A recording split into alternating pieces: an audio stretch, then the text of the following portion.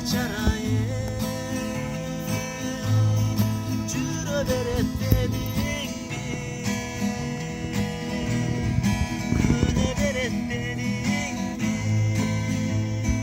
Bilesin al geçip tendip gitti deysin mi? Beni çalıp başkanı erçip gitti deysin mi? Kuyutun acı da bay içip gitti deysin mi?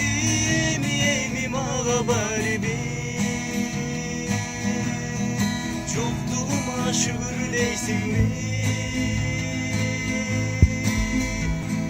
Geç düşünün vaktin deysin mi? Vay çiçek içinde Duy beret dedin mi? Rızkısın kudayım Duy beret dedin mi? Akıl aytsam ben sana Duy beret dedin mi? Aytkanımdın bari hep görür Bu sevsaya Duy beret dedin mi? Duy beret dedin mi?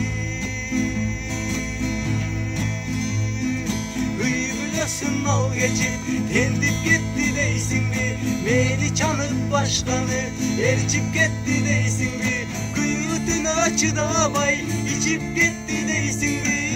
Benim ağa bari bir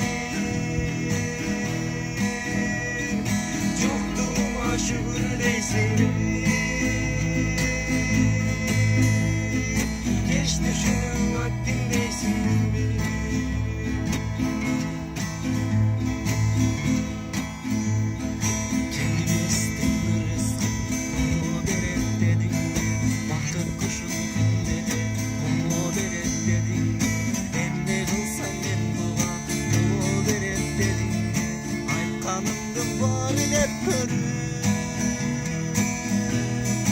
Bu beçarayı cüre beret dedin mi? Güne beret dedin mi? Bilesin al geçip tendip gitti deysin mi?